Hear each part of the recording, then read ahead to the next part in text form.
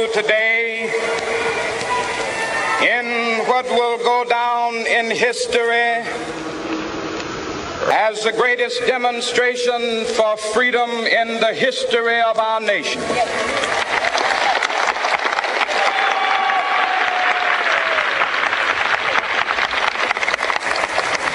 Five score years ago, a great American in whose symbolic shadow we stand today signed the Emancipation Proclamation. This momentous decree came as a great beacon light of hope to millions of Negro slaves who had been seared in the flames of withering injustice.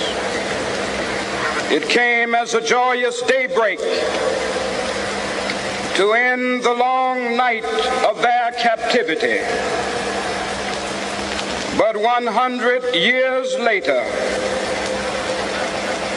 the Negro still is not free. 100 years later,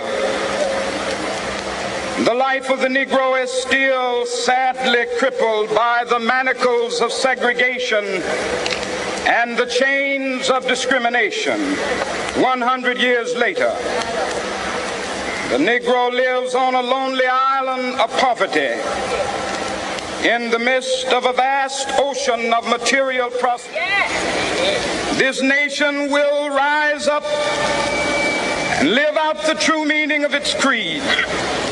We hold these truths to be self-evident, that all men are created equal.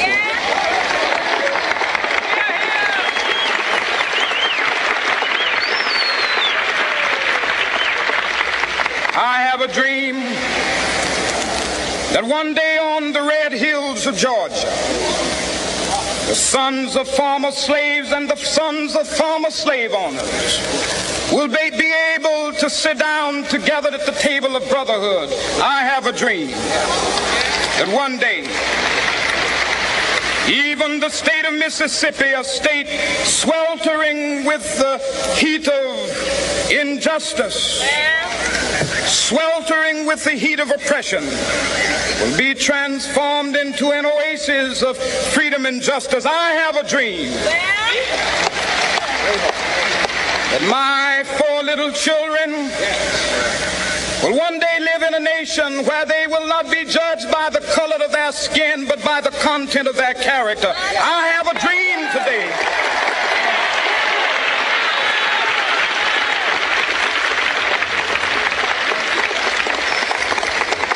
I have a dream that one day, down in Alabama, with its vicious racists, with its governor having his lips dripping with the words of interposition and nullification, one day right there in Alabama, little black boys and black girls will be able to join hands with little white boys and white girls as sisters and brothers. I have a dream today.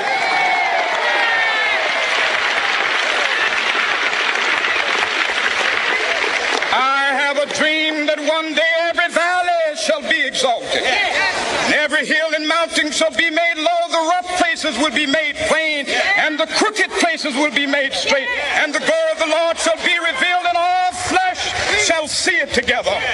This is our hope. This is a faith that I go back to the South with. With this faith, we will be able to hew out of the mountain of despair a stone of hope.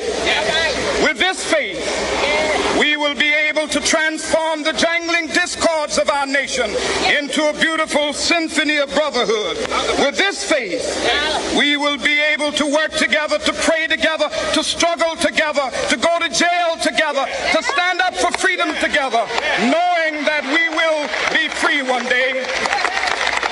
This will be the day. This will be the day when all of God's children will be able to sing with new meaning, my country, tears of thee. Sweet land of liberty, of thee I sing. Land where my fathers died, land of the pilgrim's pride. From every mountainside, Let freedom ring. And if America is to be a great nation, this must become true. And so let freedom ring from the prodigious hilltops of New Hampshire. Let freedom ring from the mighty mountains of New York.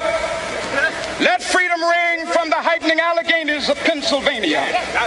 Let freedom ring from the snow-capped Rockies of Colorado. Let freedom ring from the curvaceous slopes of California. Not only that, let freedom ring from Stone Mountain of Georgia. Let freedom ring from Lookout Mountain of Tennessee. Let freedom ring from every hill and molehill of Mississippi, from every mountainside.